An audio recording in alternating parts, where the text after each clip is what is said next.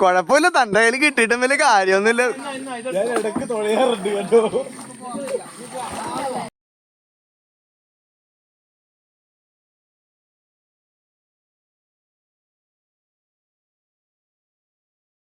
ഇപ്പൊ ലൈറ്റ് ഒന്നല്ല ചേട്ടാ, തൊടയണ്ട. പതുക്കെ വന്നൊക്കെ ഉണ്ട്, ഇത് നമ്മുടെ കൺട്രോളിലല്ല.